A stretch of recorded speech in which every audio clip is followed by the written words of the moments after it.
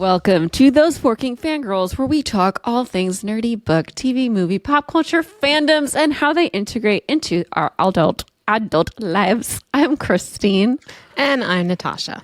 And today we have an Ali Hazelwood special. We are going to be going through all of her books and talking about which ones are our favorites, kind of like ranking all of her books, even though like we love, just disclaimer, we love everything that Ali Hazelwood has written. Yes. We're huge fans. But we're going to be going through and like talking from ranking our least favorites to favorites in her collection and kind of just talking about which one we think you should start with if you're new to the Ali Hazelwood realm. And of course, before that, we have a ton of Snap Crackle pop culture news. We've got what right now? There's a lot to chat about this week. Thunderbolts came out. We both saw it. So we're going to jump right into Snap Crackle pop culture. What is on the news for you this week, Natasha? Wait, you go first. You want me to go first? Yeah. All right. The first thing I have is that there is a new book coming out November 11th, 2025 called 30, Flirty, and Forever Alone. Ooh. And it's available for pre-order now. And it's my book. It's my fourth novel. I'm very excited about it. And I released or unveiled the cover last week if you missed it, and it's an adult book. Romance? It's an adult rom-com. And it's really digging in to like the mindset that you're in coming into 30 if you're still not like married or on the track to getting married, and everyone around you is kind of moving on into these new eras of their lives, and you're just feeling behind and a little hopeless in the dating realm. And our lead character has been like going really hard on the apps for 6 months. And she had 2 weddings coming up on the same weekend. And she said that she'd bring a +1 to both of them because she was like, fuck it, I'm going to find my person by the time I turn 30 because the weddings are on the weekend of her birthday, turning 30. And the weekend rolls around and she still hasn't found anyone. And she's so fucking pissed off and so beaten down by the apps.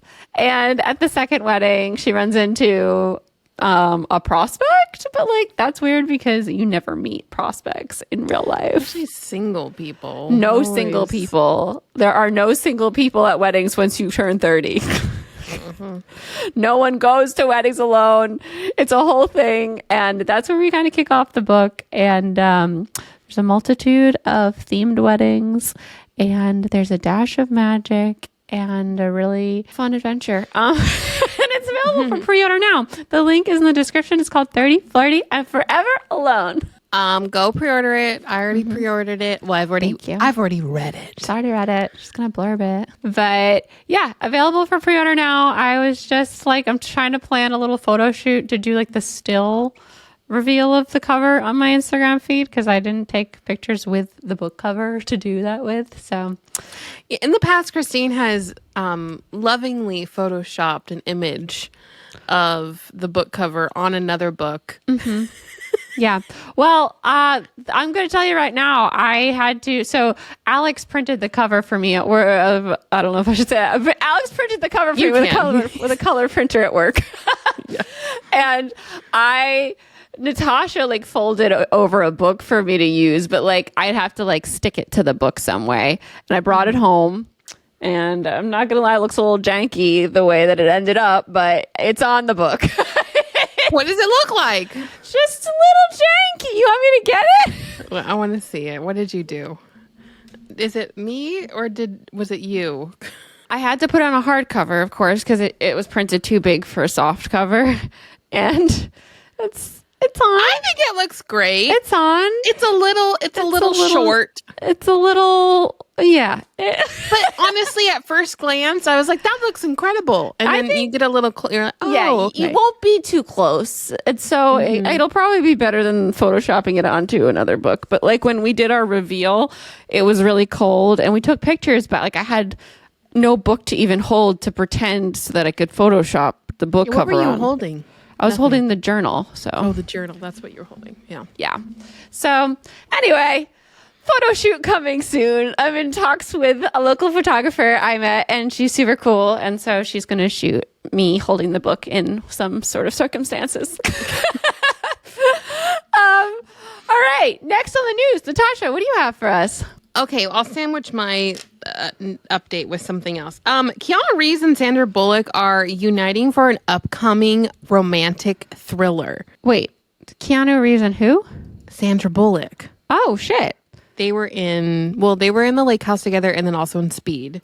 But they're teaming up for the first time in nearly 20 years. The two will star in an untitled romantic thriller from Amazon Studios. While plot details are being kept under wraps, it is said to be propulsive.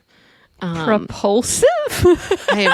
What does that mean? I feel like it means like speed. I'm getting speed from that. I'm like, are we getting descriptor. another Speed movie? It feels like Speed. Speed's such a good movie. Have you all seen it? I love that movie. Yes, I have. Well, I'm excited for that. So that's Good. coming. That's good. I haven't watched it yet, but the first teaser for Squid Games season 3 dropped today. Oh, I forgot that was coming. Yeah, I don't know if I'm gonna watch it. I'm kind of just like, I don't need to because I'm excited. I still haven't finished the second. You haven't finished the second season? This is insanity. Because you're watching with Taya? Is that why? Yeah, Taya and I are watching it together, and I've been in school. It's a little hard. All right. Another thing that I didn't even know is happening, the adaptation of Judy Blume's Forever drops on Netflix May 8th. What? Yeah, that's 3 days from now. That's like before this episode even comes out. Oh my God. This is the book that my mother introduced me to sex with. Okay? I know. I remember. I will know. Wow. Okay, I'm excited. I forgot that this was coming. Now, okay, I reminded. Now it's coming. Okay. Wow.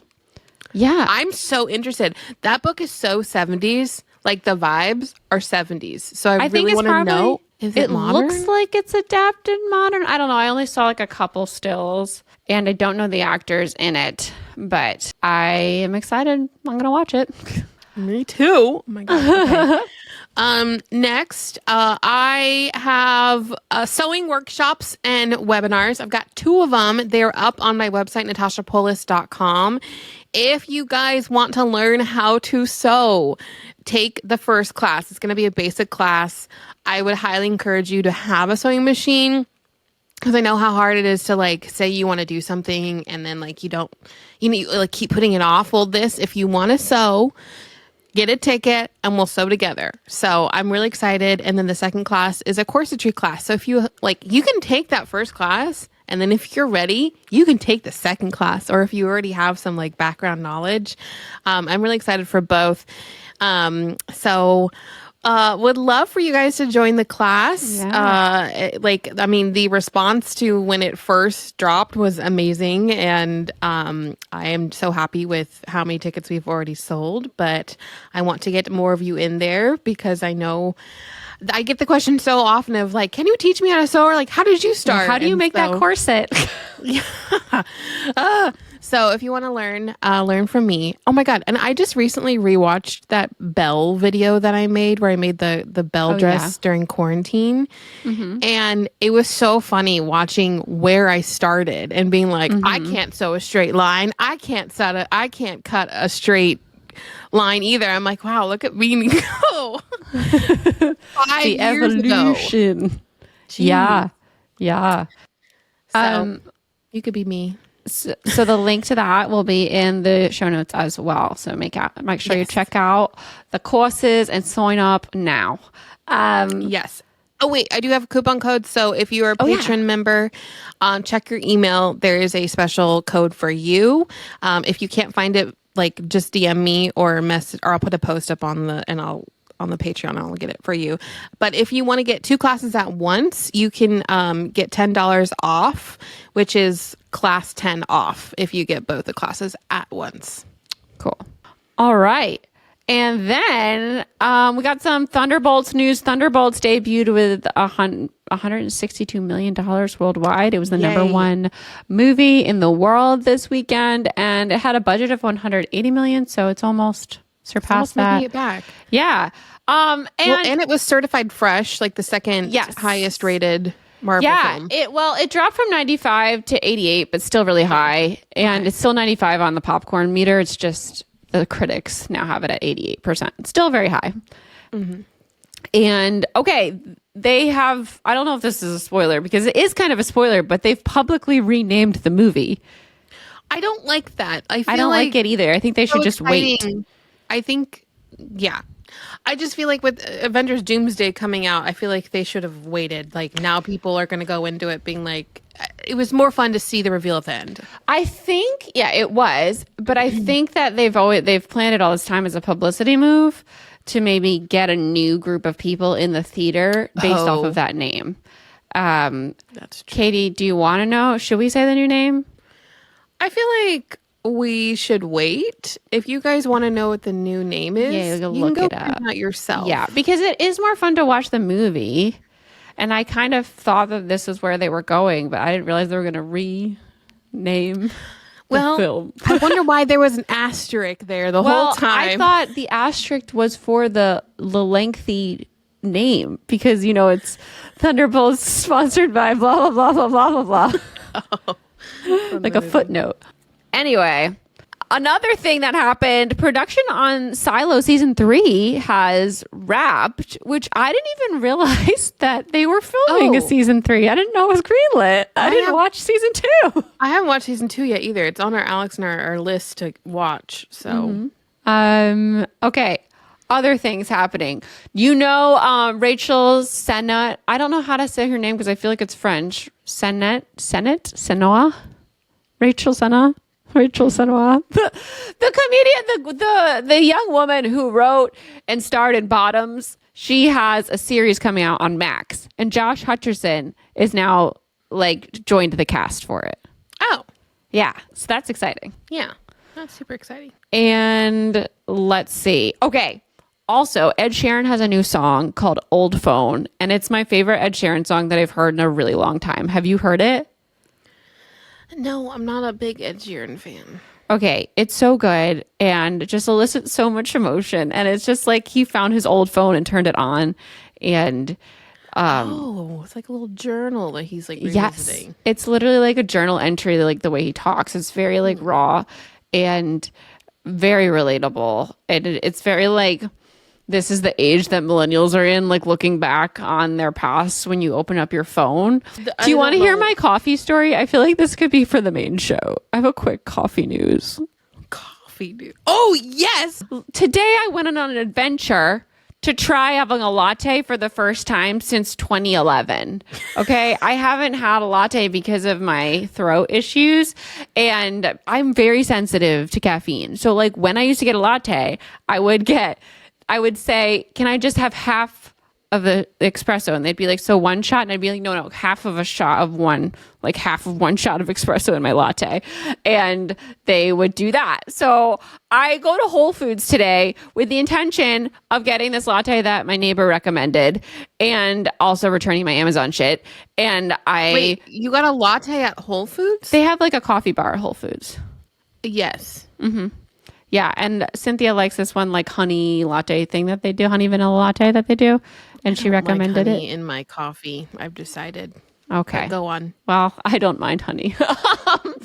So I am wandering around Whole Foods looking for this coffee bar and feeling really awkward. I had to text Cynthia and be like, "Where is it?"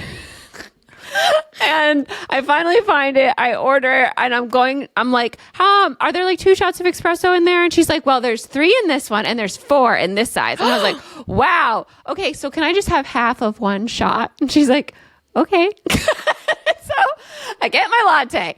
All right. After another 5 minutes and I leave I take a picture. It says half shot. I'm ready to make a video when I get home, trying my first latte in, so how many years? And 12, 13, and 14? Yeah. Meanwhile, both you and Cynthia are like, that's basically just milk. And I'm like, well, no, it's not. It has the espresso and that's what works. And you're like, it's going to taste like milk. Espresso. Okay, espresso. Miss Italian. I took Italian and you say espresso. That's because I thought it was spelled espresso for 1,000 years. Okay. Didn't Sabrina teach you? Yeah, recently. It doesn't change the way I pronounce it for like 27 years. Anyway, I get home and I take my first sip on the way into the apartment. And I'm like, oh God, it's so strong. Oh my God. Can't be as strong as the tiramisu. Oh my God, it's stronger than the tiramisu. Anyway, and I'm about to go up the steps and I'm texting Cynthia that it's so strong. And a fucking golden retriever walks by and Bellamy, who's like on the leash behind me, goes fucking ballistic. And I am shaking so much trying to control him because my hand holding the drink is the hand with the leash on it and I'm holding the keys in the other hand. Oh, and no. the thing goes flying out of my hand and crashes across the ground. So I couldn't even have my latte. I had one sip after all that. God said, not today. I was so livid. Livid. Oh my God. You went through all that effort and you couldn't even try it or see how you would respond to it. I know. And I had like an anxiety wave on my way home. I was like, I can't believe I'm doing this. I can't believe I'm doing this. This is like if you're like a teenager and you're like in the car on the way to have sex with your boyfriend for the first time. That's what this is giving.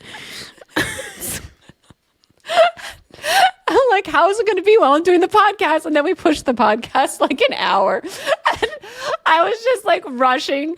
And then I was so mad. And I just, anyway, I'll have to try again another day. Elise said, wait, try a breve latte with a half shot. What is a breve latte? What's in there? Yeah, I don't know that. Yeah. I can't have half and half. Too intense for my stomach. I'm very delicate flour when it comes to digestion.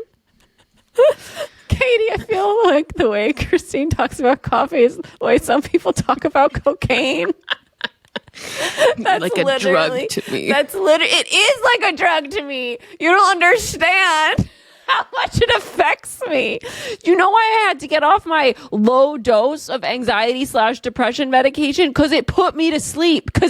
I am so sensitive to the medication. I could not keep my eyes open with 10 milligrams.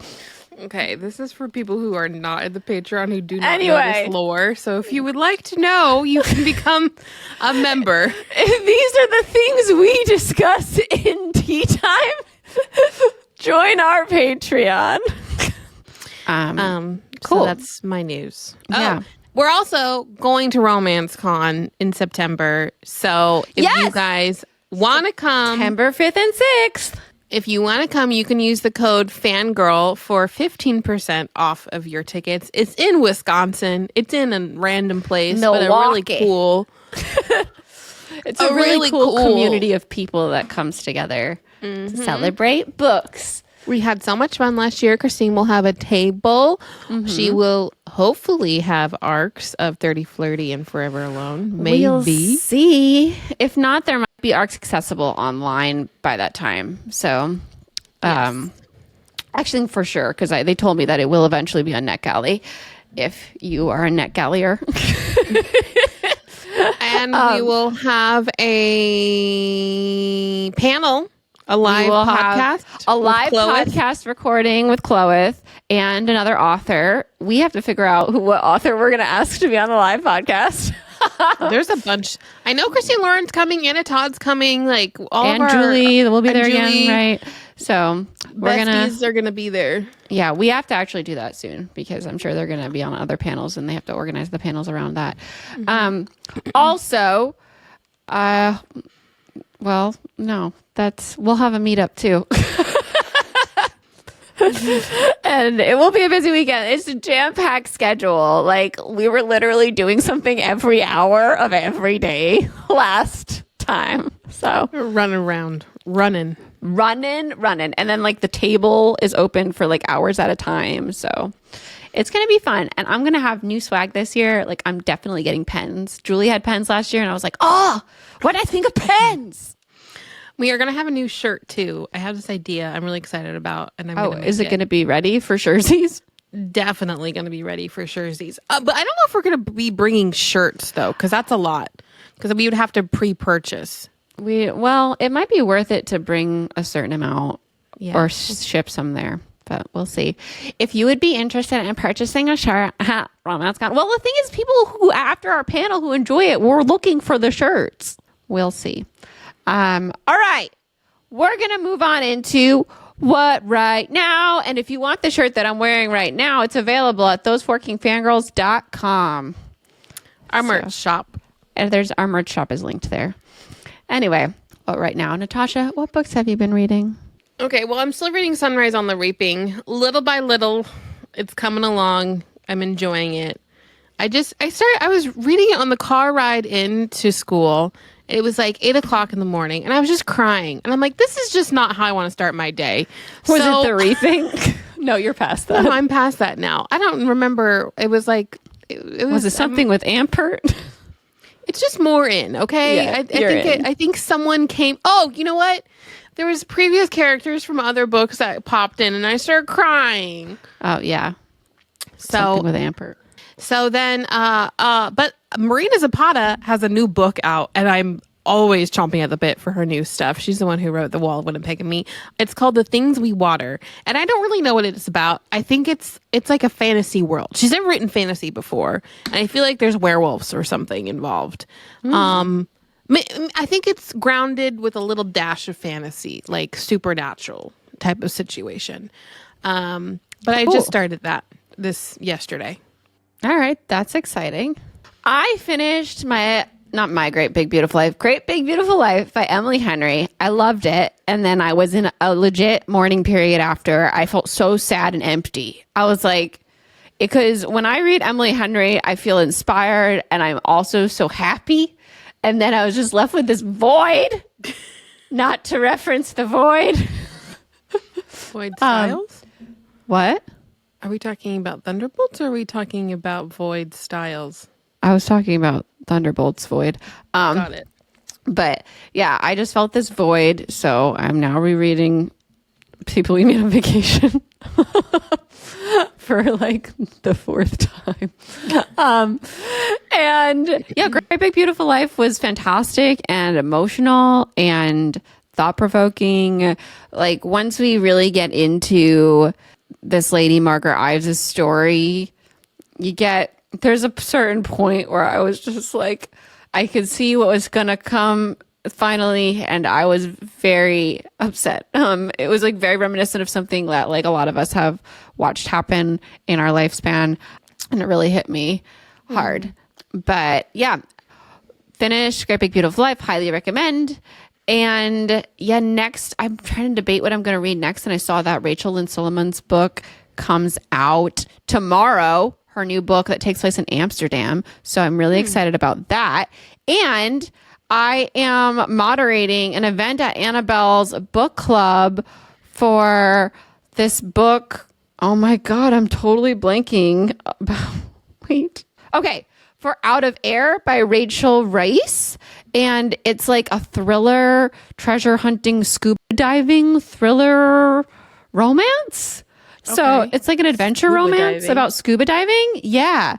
And I have the audiobook, so I'm going to be listening to that very soon because I'm moderating for her on the 17th of May. So that's coming up. And if you're in the area and you want to come out to Annabelle's and check out of Air and hang, it's happening. That's like, I think it's like 7 or 7:30 on the 17th.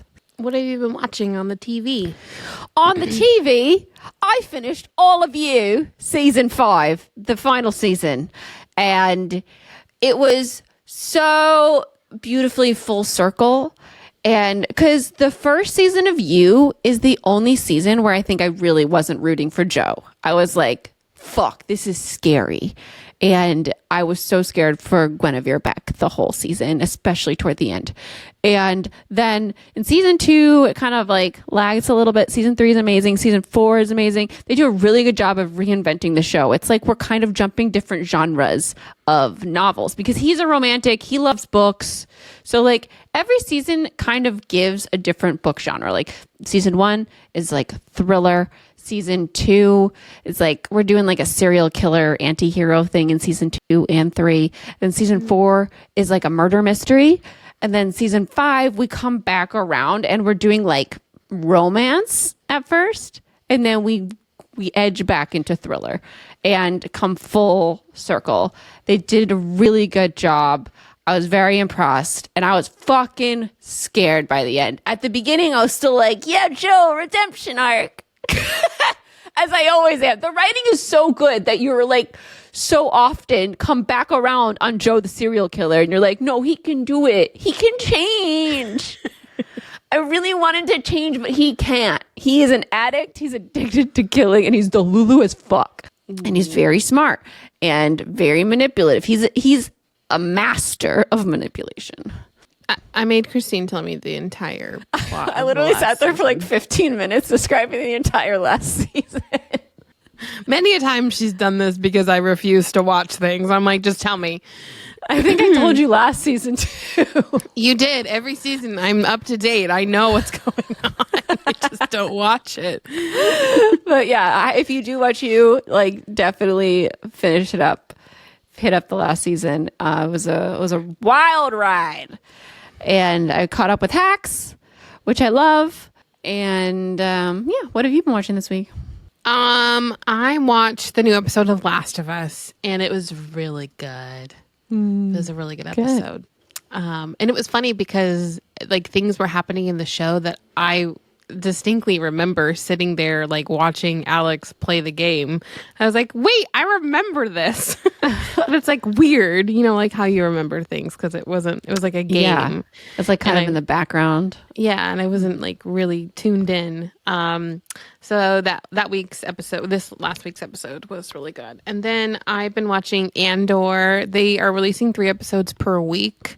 And so they released 3 this past week. And it's so good. It's a nice like fill-in between the episode 1, 2, and 3, and then episodes 4, 5, and 6. So like that would be the Padme episodes between the like Luke and Leia stuff.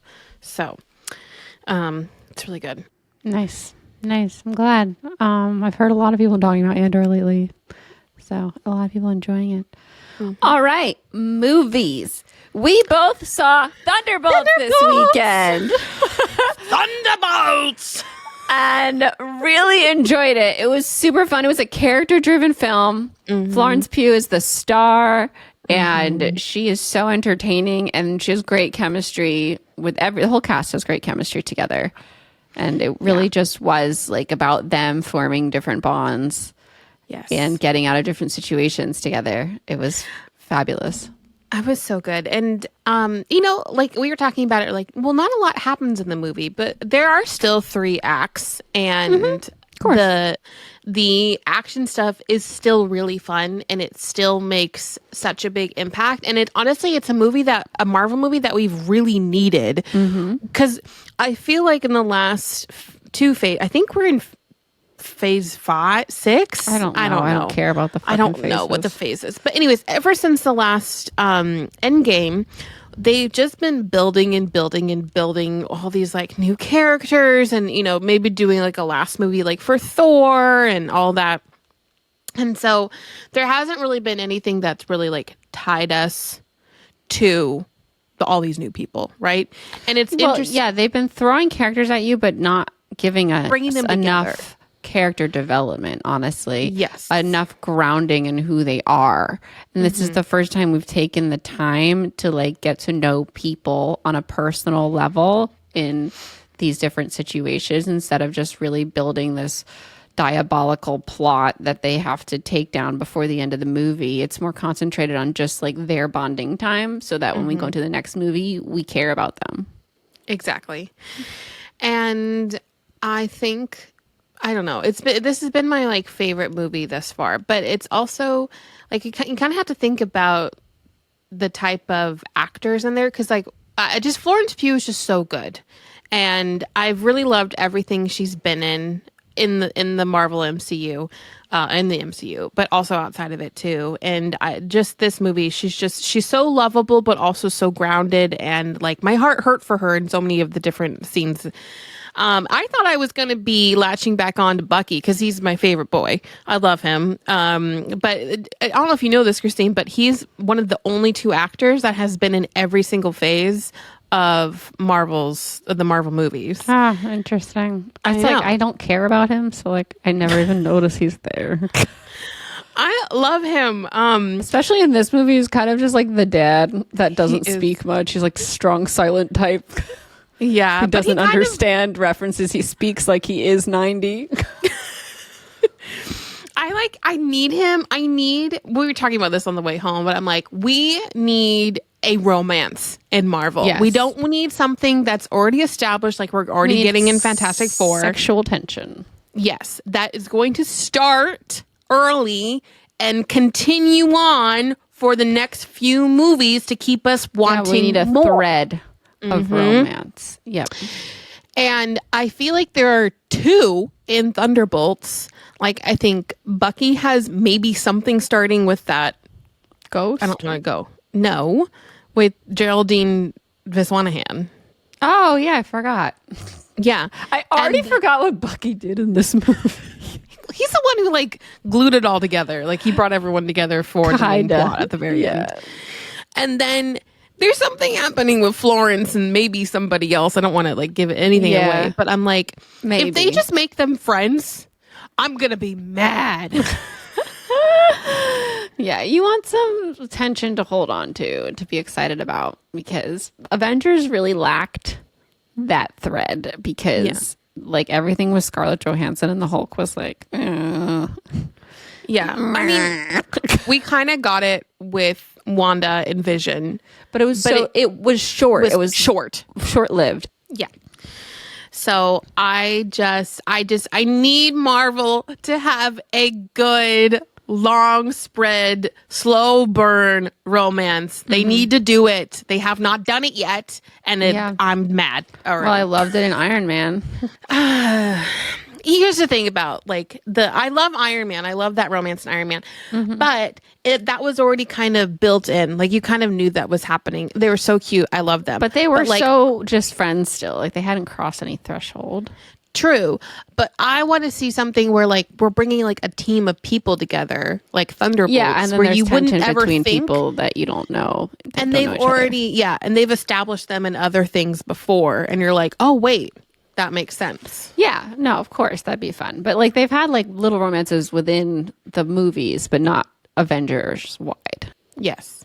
All right. Yeah. Thunderbolts ended phase 5. Pauline said, "Thank you." That's a lot of phases. Metal says the long, slow burn romance was Cap and Bucky. Yeah, it was. Was it though? I didn't feel it. I didn't feel anything with Bucky ever. I do. I love him. He's my favorite. He's so hot and sexy. Oh my god, when he's on the when he's on the motorcycle, I was like, eee!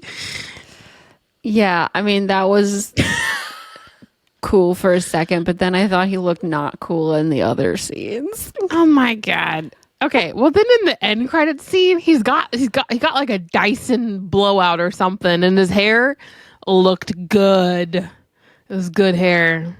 You know what? I need Chloe on this episode to fangirl with me. She likes the older men.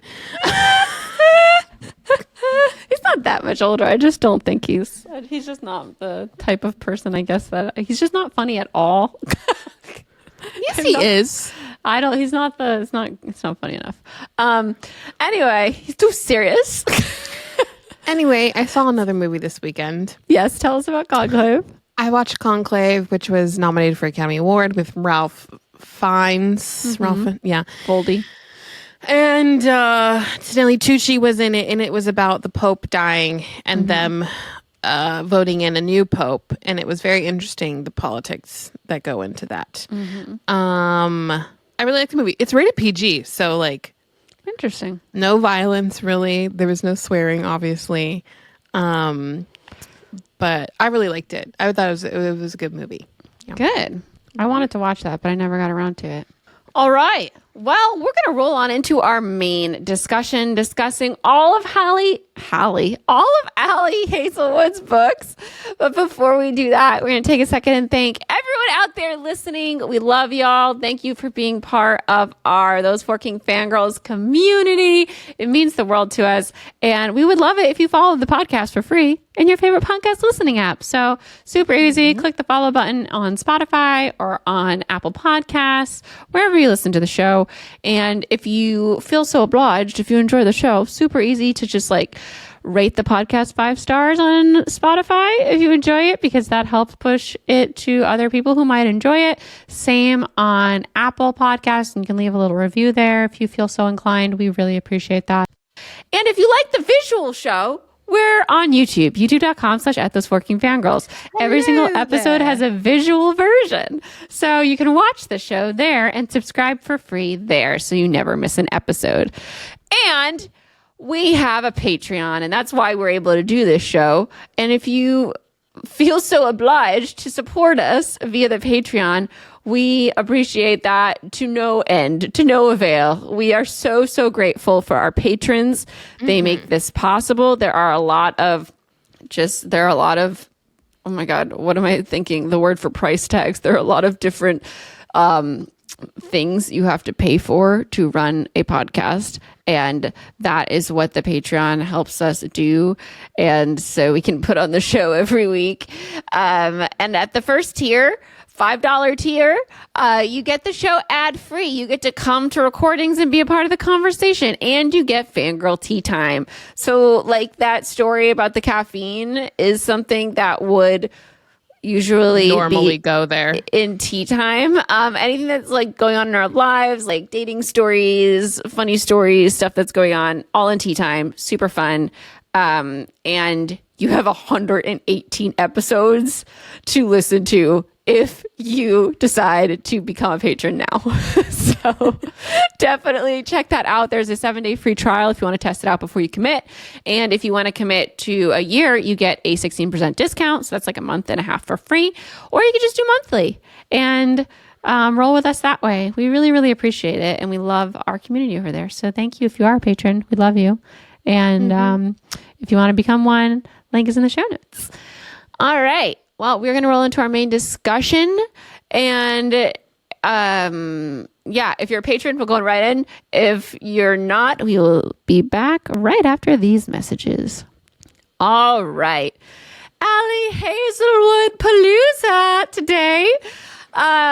So excited. I wanted to start by talking about how we first stumbled into Ali Hazelwood's book. So you read her from, I think, the very beginning. How did you find her? Very beginning. Well, first of all, Shantae says, I think I'm going to have to leave because I haven't read any of her books.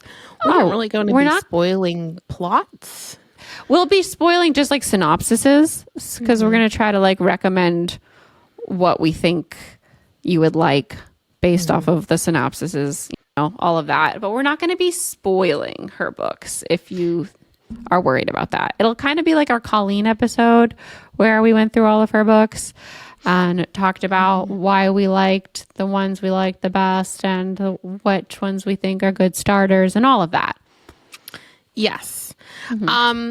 Okay, so how did I stumble into Ali's books? Well, we all know where Ali started, and that was fan fiction. And we all know what Ali and I have in common, which is a deep love for Raylo and well, we Adam don't all Driver. know that.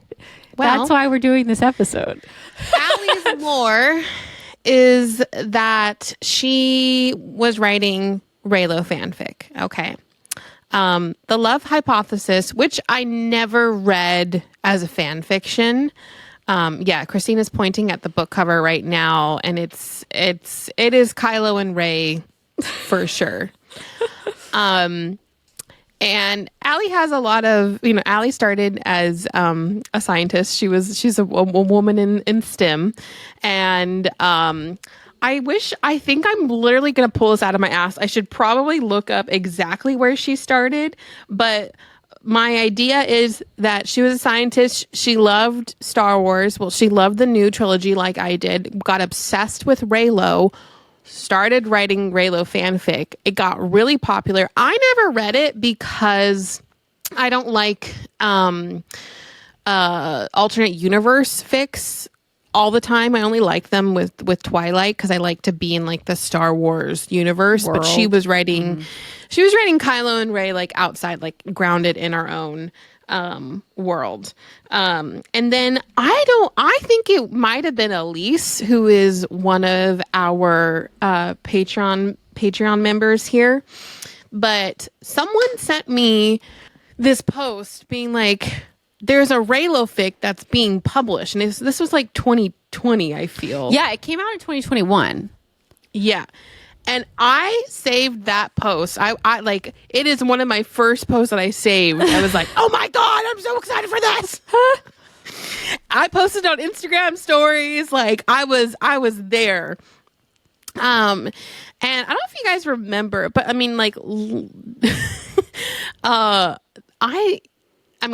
I was a big Reylo fan, okay? But when we got, let's say like when COVID happened and we all kind of got on TikTok, I feel like there was a big surge, depending on what you loved, of everyone kind of reliving fandom at that time. So like on TikTok, people were reliving like Avengers stuff.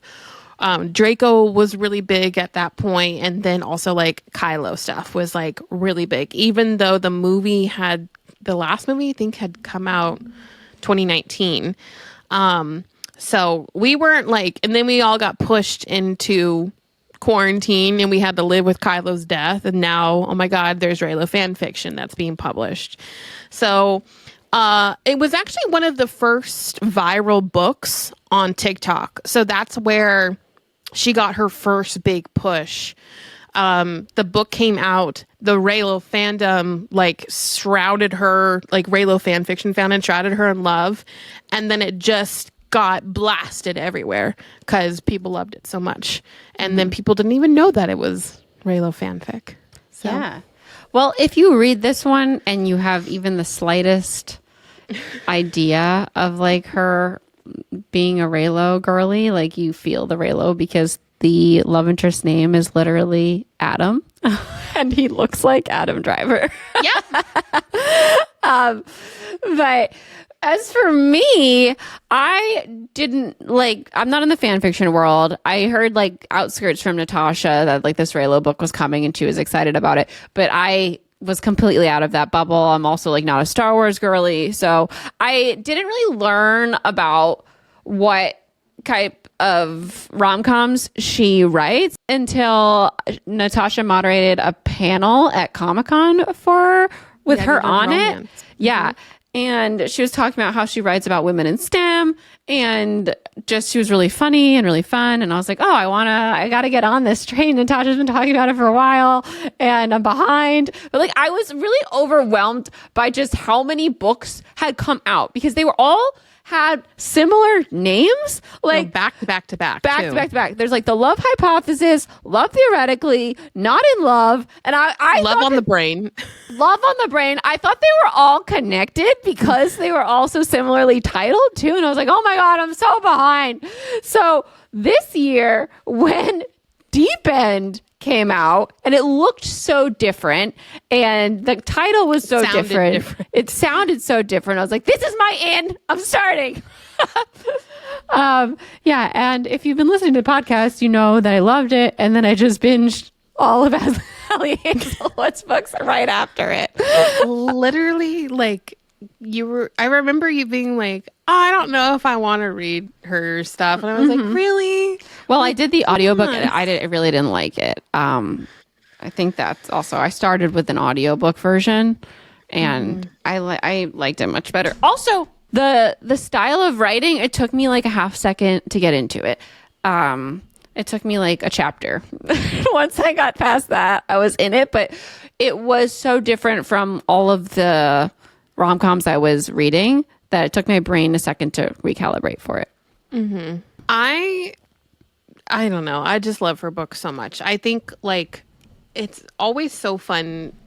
I think because of my history with fan fiction and reading so many Twilight fics that were then published and stuff, it's like fun to like place those characters or those actors in your head and see how they would like interact differently if this was like a movie instead. So The Love Hypothesis was like that for me. I remember like getting it immediately as it was published and reading it and like being like, oh my God, I love this so much. Yeah, and it's super fun. Like I love how she does the same thing that a lot of rom-com authors like to do, where like the other characters kind of show up throughout the different books. And she has, if you didn't hear last week, we talked about how she has a new book coming out called Problematic Summer Romance on May 27th this year. And then she has another one, Mate, which is a sequel to Bride, coming out October 7th of this year. 2 books a year is 3 books. She has another book? Deep End came out this year. Oh my God, I forgot that was this year. That's absolute insanity. Like the schedule she must be on. I can't even. Well, like her career was catapulted in like 2020, 2021. So she's only been around for 5-ish years, 5 years. And how many, I mean, not including the short stories and all that, which were not really. 7 full novels are out.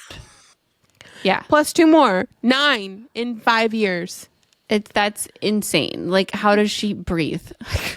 I don't know. She's got a big brain, y'all. She has She's literally a big a neuroscientist. But still, just like the sheer time that you have to spend editing and writing the books, it's just a lot of time writing nonstop.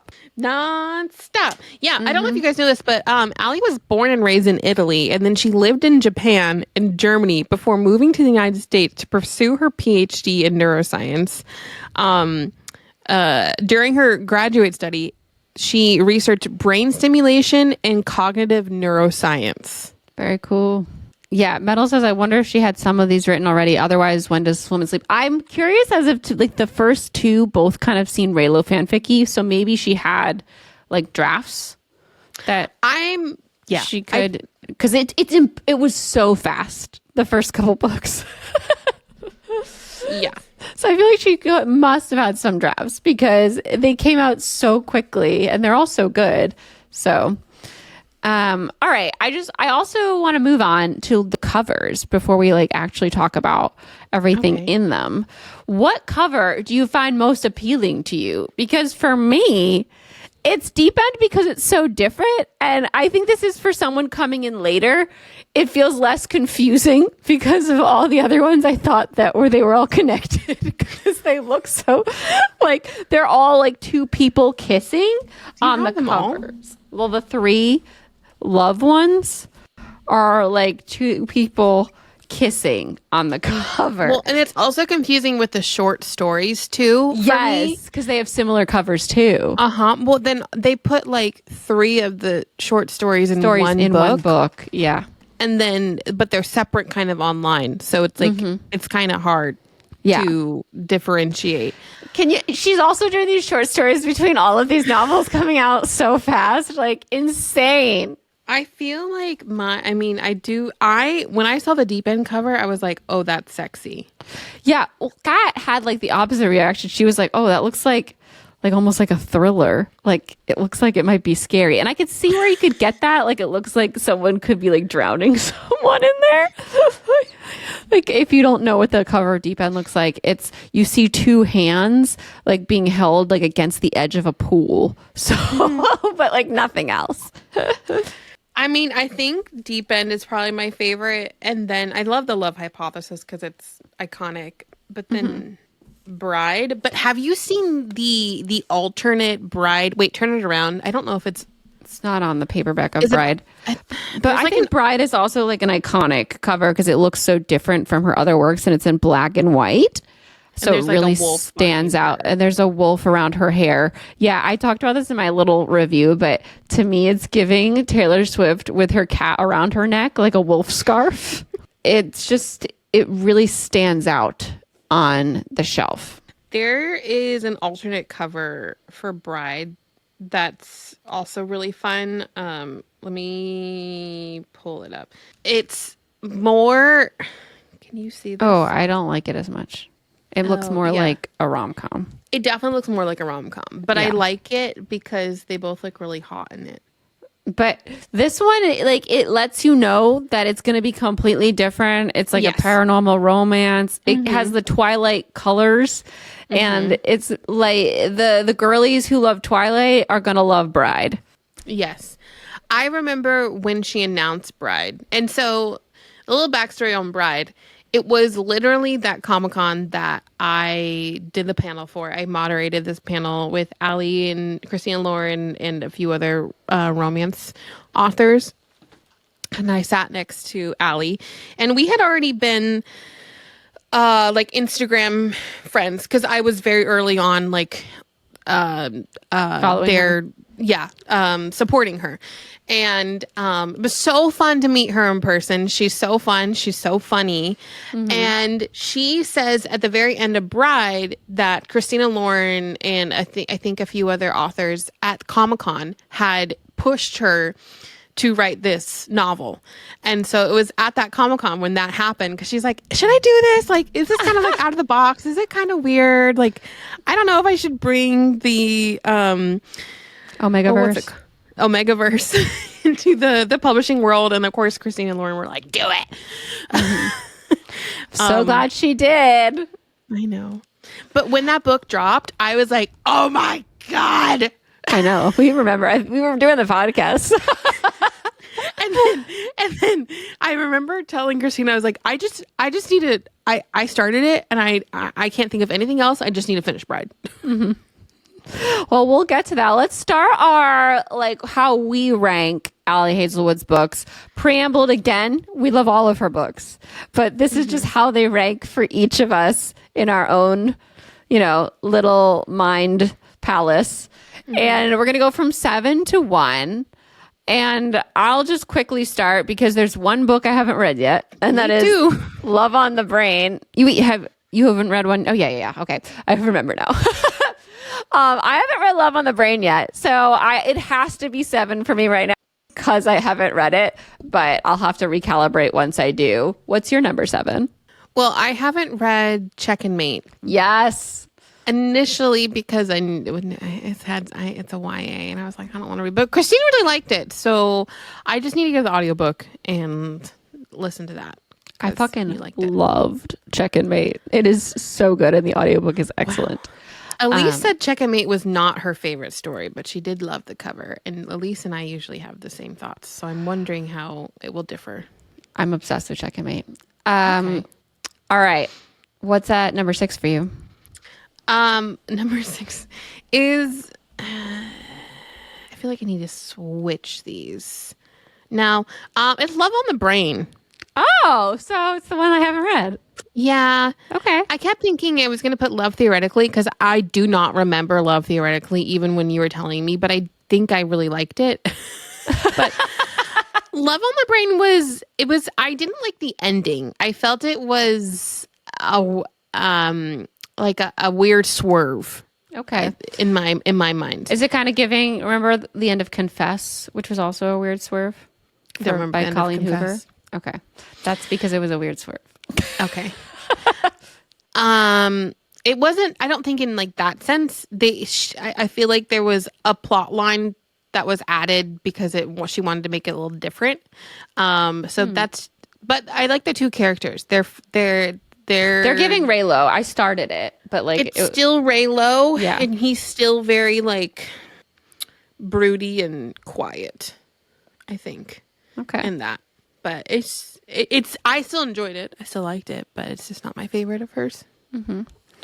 All right, number 6 for me is Not in Love, and this I'll give a little synop because they're all going to.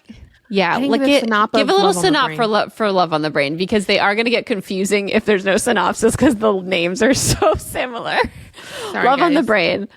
Did you write it a better one or do I have one? Okay. The only one I didn't write is Love on the Brain. I was just copying them all from the the website. Yeah. So it's an enemies to lovers romance set in the world of neuroscience, obviously. But they're working at NASA. They're working for a NASA project. Yeah. And they are rivals turned love interest. Okay. I think they knew each other earlier on at school. Mm-hmm.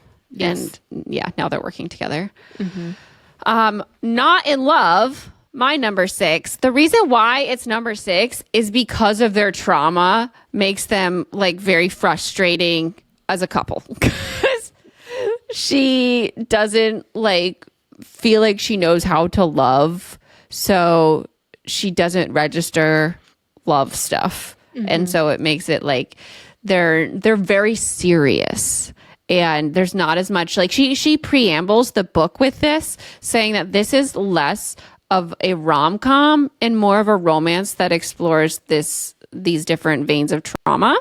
And she was accurate. Obviously, she's the author. She warned, and it was way more serious. But it's about this food scientist, Rue, and she works at this startup called Klein. And this company is called Hark, I think, or Harkness, is trying to buy out the company so that the owner of Klein, who she's friends with, won't have ownership of the company anymore and won't own her copyrights and stuff to different research that they're working on. And the guy who is part of this conglomerate or this company that's trying to take over her company, Eli, she meets him on an app. And this app is specifically for people who just want to fuck.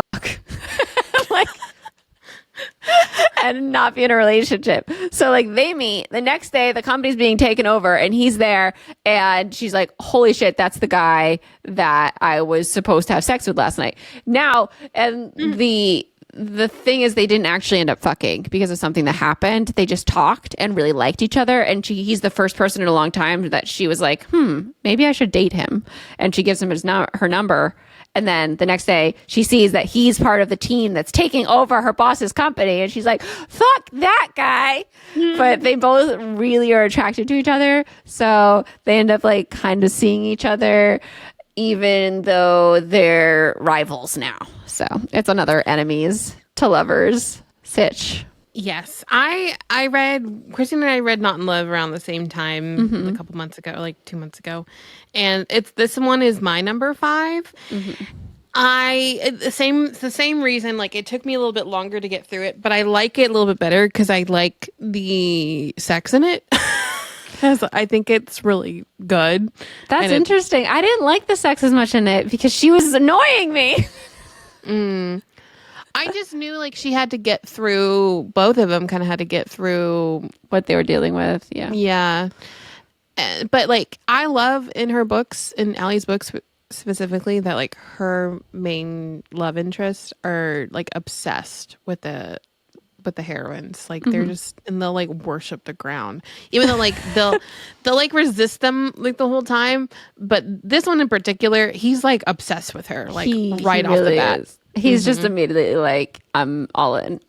And so it just gets a little annoying because she won't trust that he's all in when he's so all in. Yeah. But yeah, I think this one was a little bit harder to get through because like the banter wasn't there and it was definitely more serious. This is the one though that the spin-off characters are coming from for her next novel at this point in time, called Problematic Summer Romance. And it's his best friend that he works with and his sister that is who's 21 and his best friend is 37 or 38, so wild age gap. Yeah, it's funny though because like the sisters had like a crush on him since she was probably in middle school. Yeah. I love that Ashley. What the Ali. I love how Ali kind of pushes the boundaries, I guess, in the publishing world. Like she's really brought that fan fiction energy to mainstream publishing, and I love her for that. Yeah. She's expanding what's socially acceptable, and that's really cool. Mm-hmm. Destigmatizing all of the yes. crazy shit that we like in fanfic. Yes. I use we as the general we, as a person who doesn't want to read fanfic, but I am enjoying the stuff she's bringing to the table. All right. Metal said Natasha loves a man who knows how to kiss the ground, the heroine She does. walks. I do. Should I do my number 5 here? Yes. Climbing up here. Number 5 for me is Love Theoretically. And that's my next one too. Oh, okay, we're on the same page here. So Love Theoretically follows 2 different types of physicists, and there are theoretical physicists and then there are experimental physicists. And theoretical physicists they base their theories off of like knowledge and fact that they already know from research and stuff.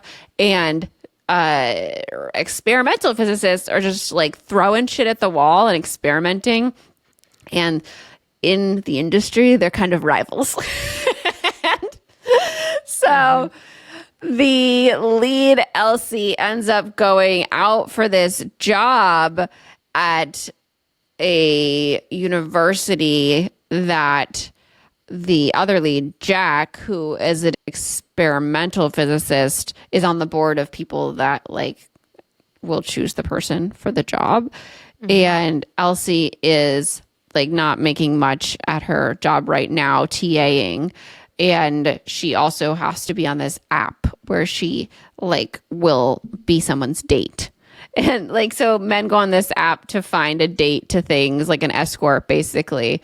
And she meets his brother off of that. So he knows her as his brother's girlfriend when she pops in, and she has to have a fake persona because she doesn't want her clients to know too much about her actual life. So like he thinks she's a librarian and that she works blah, blah, blah, and is his brother's girlfriend. But like she's coming into this dinner as a theoretical physicist, and he's very confused. And upset because he thinks that she's been playing his brother. The reason that this is number 5 is that while I really loved the couple and had so much fun with them, I just feel like there wasn't as high of stakes in the book. And so it didn't give me the same journey and adventure that some of the other ones did. It was more of like a chill, like character exploration. And it just didn't have the same oomph, but I still enjoyed it. I think that's why I don't remember it as much, is because a lot of the times with Ali's books, like I have these emotional journeys with them and the way I react to things that I really remember because of the way that it made me feel.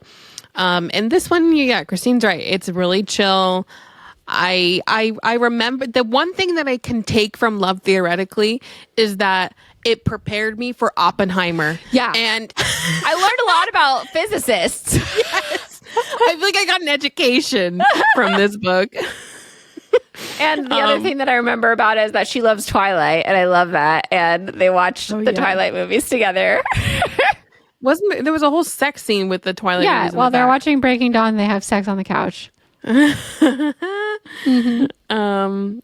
So I don't remember that one too much, but that's why it's kind of here, like floating down the middle. Honestly, I should have put it under Not in Love, but whatever.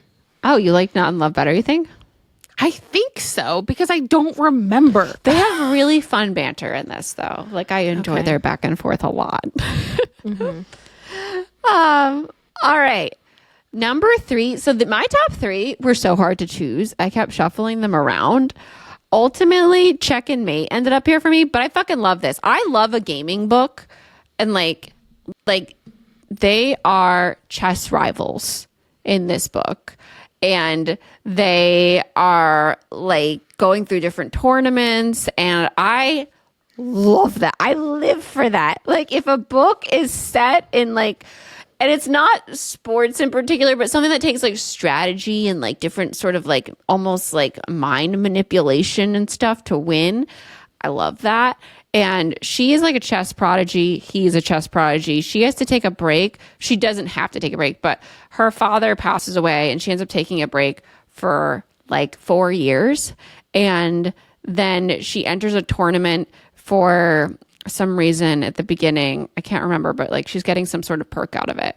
And so she does it. And it's her first time playing chess in 4 years. And she ends up playing him, this chess prodigy, who's been the grandmaster world champion for the last however many years, whatever. And he's 2 years older than her. And she's 18. And she wins. And it's just like this casual chess tournament. But she just beat the reigning world champion.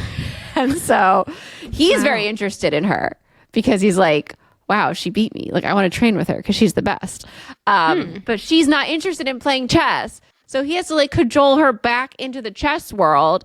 And it's so fun. I love their banter. I love this love interest. His name is Nolan, I think. And the audiobook is perfect, like great male voice. And I love every time they're together. I'm like kicking my feet.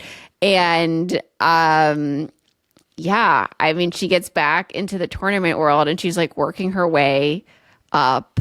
And all he wants to do is play her, but she refuses to play him in chess. She will not play against him. And there's this like push and pull between them. Obviously, he obviously likes her, but she's like reluctant to fall into a relationship with him. And it's really, really fun. I will read it at some point. The audiobook is on Spotify. And is it dual? It's not dual. It doesn't need to be dual. She's excellent. Oh, okay. Because I've read all of these novels with my eyes aside from Not in Love, which I did read the audiobook. But the woman it's dual in Not in Love, the woman who is reading Not in Love, I do not like her voice. She is like... No, I didn't like any of the voices except for... I know the audiobook narrator that does this one. She did Better Together, Siri's voice. And she's so good. I can't remember her name right now, but I love her. But like Not in Love, the guy voice I liked. That's about it. Nolan's voice is great. Like, I fell in love with him. And he, you learn his backstory as they get to know each other. And there's like scenes where like she has to take care of him, and opposite, he brings her food unannounced. I love it. All right. My top 3 are also kind of hard, but I had to go with like initially how they made me feel and how they stuck in my mind. So my number 3 is Deep End, even though they're all 3, like I feel that they're on par with one another. But Deep End had such high stakes, I feel. There was such convoluted like friendship, romance, friends with benefits type of situation. And the way that she balanced it was so interesting. And also like at some points I'm just like, oh, this kills me, but I love it. And then other points I'm like, please just be together, but I get it. Yeah. And it's a soft BDSM love story, exploration, romance, and it's complicated. It's a complicated romance because it's about a diving. We follow the heroine. She is at college and she dives. She's an athlete, diving athlete, and then the love interest is the boyfriend to one of her fellow diving teammates. Yes. And also she had a really bad injury. So she's just coming back after a year off of like diving. A mental block. And she's dealing with a mental block in certain dives, in the dive that caused her injury. So she's also going to therapy every week, and she's like very reluctant to go to therapy. And that's also another storyline in there that's really interesting. Yeah. And he is from Sweden. And he's a swimmer. He's like a really like renowned. He's an Olympic swimmer. Yeah, he's Olympian. And they're both scientists too, which is so fun. Yeah, I'm like, how do these people have the time being like an athlete and then also doing science stuff? Well, when you're like operating at that high level of athleticism, you're so good at like dedicating your blocking off your day and dedicating your time to different things. I feel like it trains you to do that. So it doesn't surprise me. Yeah. So I don't really want to get into like how they all come together in certain ways because it literally happens like in the first chapter. Also, she's not cheating. They broke up. Like, so this girl who's on her team that she's friends with, that is the ex-girlfriend of this boy. Like there's no cheating involved. They broke up, but they didn't publicly break up because they're such like a power couple that she just kind of doesn't want to tell anyone that they broke up. But she does tell her friend, who is our lead character, Scarlett. And she pushes Scarlett into a relationship with him because they both like BDSM. Yep. And that causes some drama. But it's so good because, listen, he like literally shows up when you need him to show up. Like, yeah, he's a rock for her, even though he's so busy. I love it. But he kind of fucks up a little bit. He's not perfect. No one's perfect, but like he is a really great love interest. All right, what's your number 3? Lucas Blomqvist. This is my number 2, Deep End. Oh.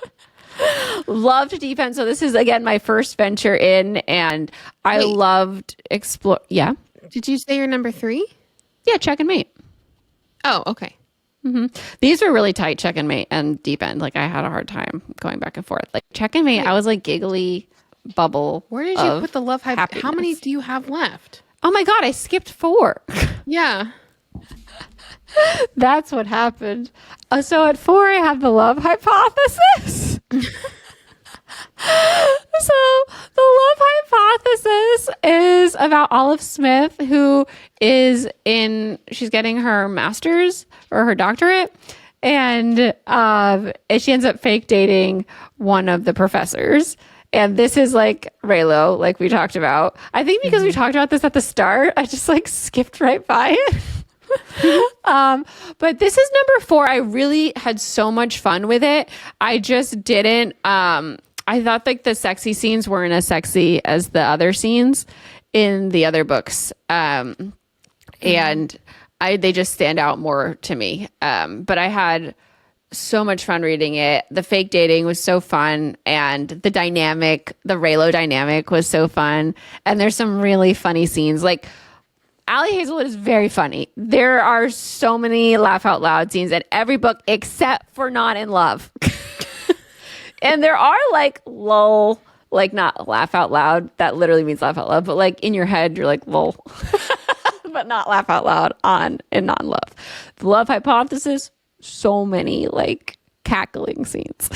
I just didn't like their sexy scene as much, so it like kind of lowered because the other ones I liked everything so much. But yeah, that was my number 4. Then Check and Mate, and then Deep End, which I loved. And coming in to, I love a college romance, so I love the setting of her being like an Olympic athlete. I found that so much fun, and the block, like getting like the twisties. If you are an athlete that does any sort of like backflips and stuff, I think a lot of us have been. I've been in that situation. Seeing her get past it was like a really emotional arc to go through with her. And I loved that aspect of it. I loved learning about BDSM because it's something that I've always been like, I didn't really understand. And she really brings you into that world in a very accessible way. And I really enjoyed that as well. And the characters were great. So it was fantastic. Yeah, definitely read it. That's so good. Do we have the same number 1? Did you go through? You have number 2. Go to number 2. My number 2 is the love hypothesis. I put this at number 2. I for some reason I remember the sex scene because I felt like it built and built and built to that, and I really liked the payoff of the sex scene in the hotel room.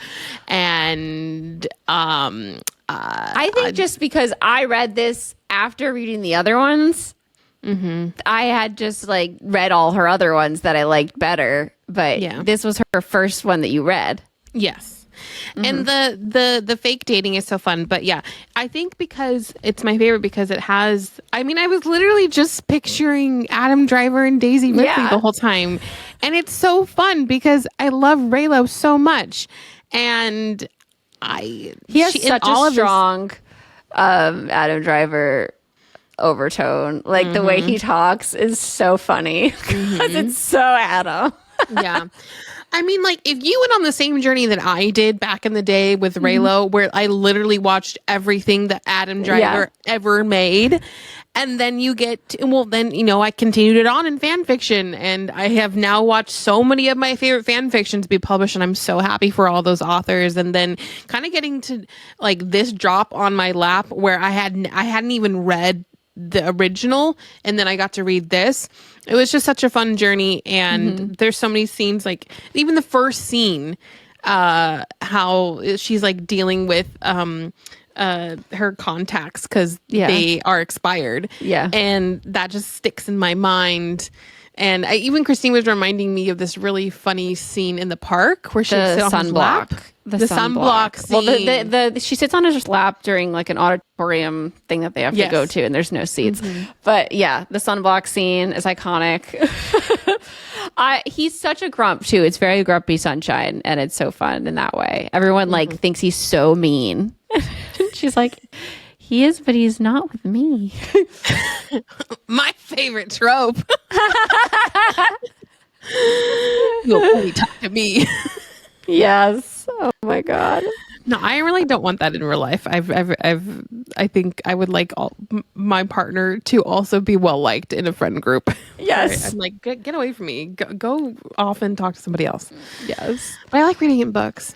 And he shows up in Deep End. So before I even knew him, like I could tell that we were maybe knew this character, and Natasha told me like that's the character from The Love Hypothesis. And then knowing that and reading this and thinking about him in Deep End, like she softened him. All right, our number one. All right, our number one, I think for both of us, is Bride.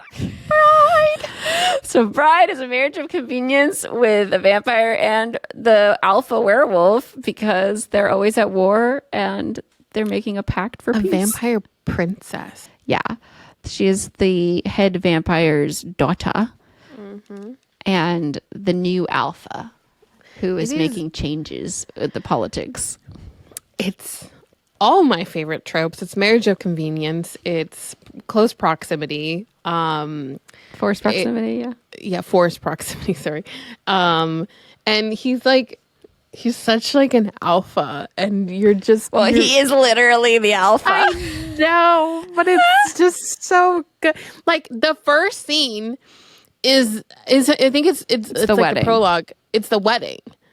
And the way that he reacts to her, it's like so Twilight, but like it's better. So Twilight.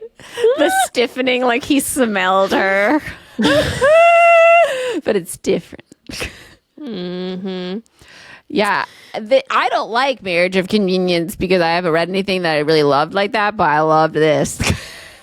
I love when there's like in a book where you kind of set up that they have these routines and you're like, okay, I see where this is going. And because she's a vampire, she can't be awake like during the day. So like she has to kind of sequester herself into like a little closet. In the closet.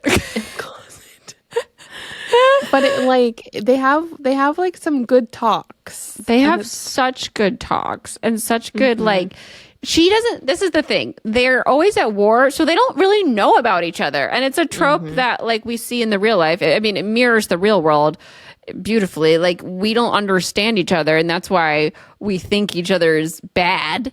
You know what I mean? And once she starts to get to understand what werewolves do and why they do it, it totally changes her perspective on everything. They're just vilifying their regular life for no apparent reason.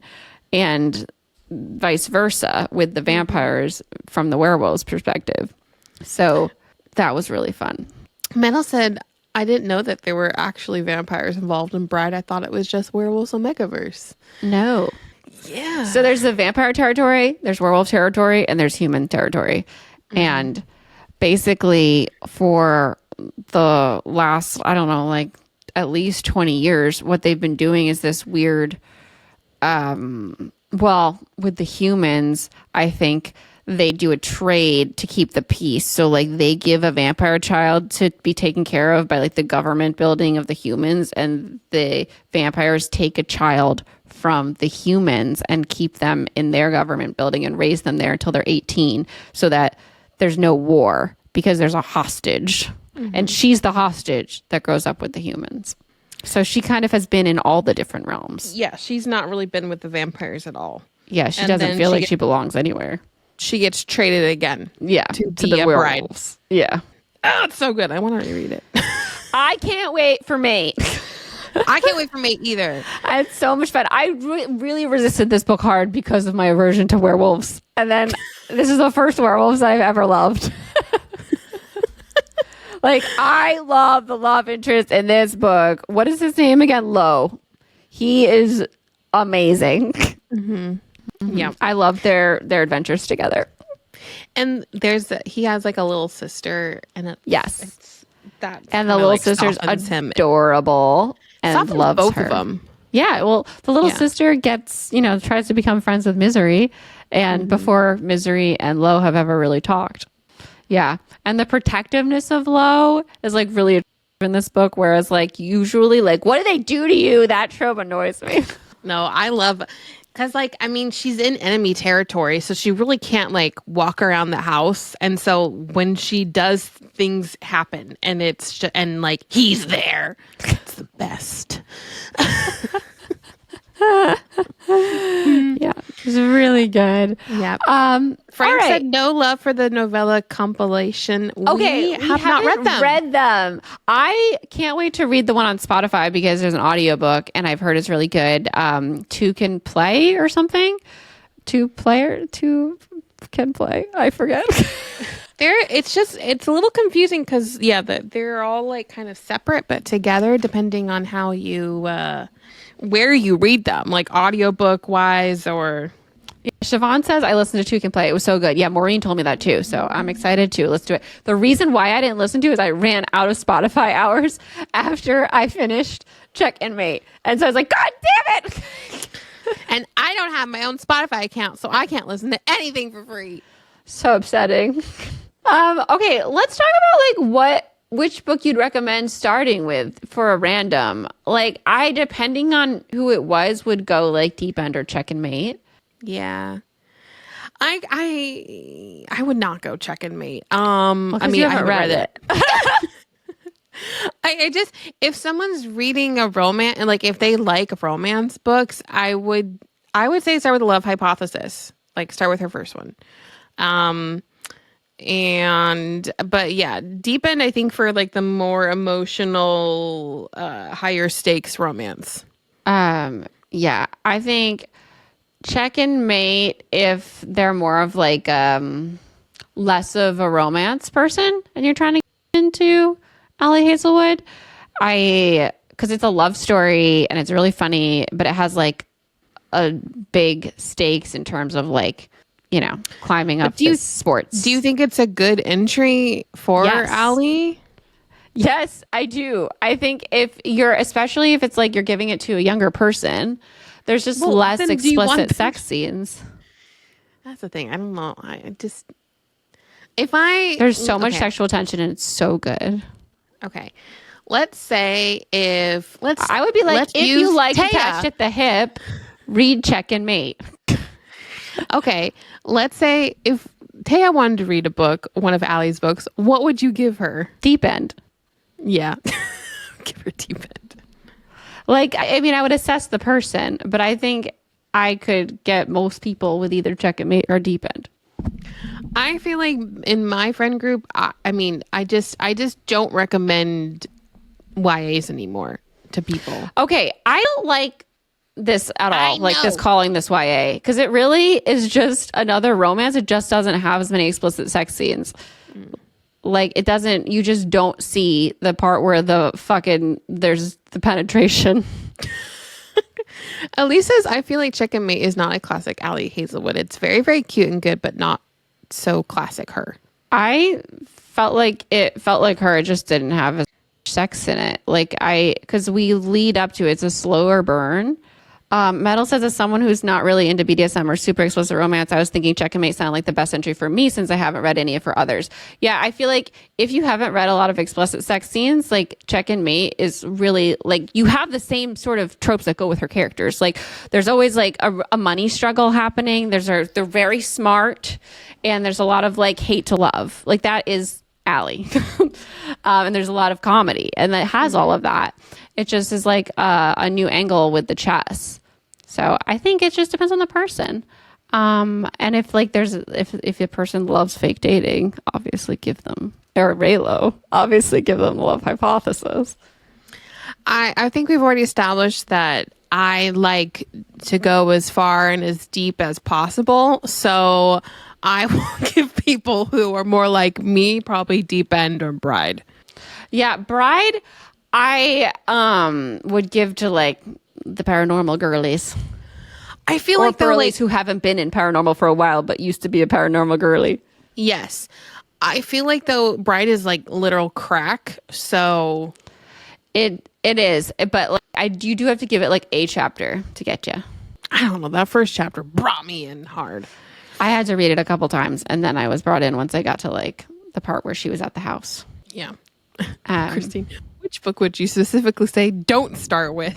Oh yeah, the one I would say don't start with is Not in Love, because that's the one that I think strays farthest from like Ali's comedic voice, because it's just not as funny, and it's way more serious. I mean, she's still there in all the different, like it's still hate to love. It's still like she came up in an environment where she really had to struggle for money and all that stuff.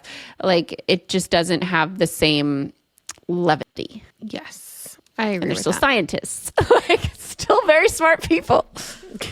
All right. Mary Kiss Cliff. Natasha, it's your turn today. I know.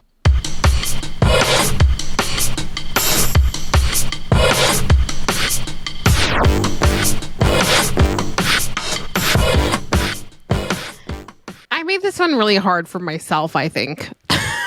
Christine's going to have an easier time. All right, Mary Kiss Cliff. Low from Bride. Adam Driver, the man, the actor, the legend, and Kylo Ren. All right. Marrying Low, hands down, easy. I am, guess, going to kiss Adam Driver because I don't want to accidentally be murdered by Kylo. I'm going to push Kylo off the cliff. Bye-bye, temper tantrum, man boy. What are you doing? I don't know. Low? Like, how can you not want to marry Low? He's so he's sexy, like perfect. He's so smart, and he's so understanding. Yeah, but Kylo. Kylo's so annoying. But then I get to be in Star Wars world. Oh my God. All right. You're right. I'm going to marry Low because he's just a great guy. And he's supernatural still. Okay. I'm going to kiss Kylo Ren. Because I need to. Siobhan, he's an intergalactic fascist.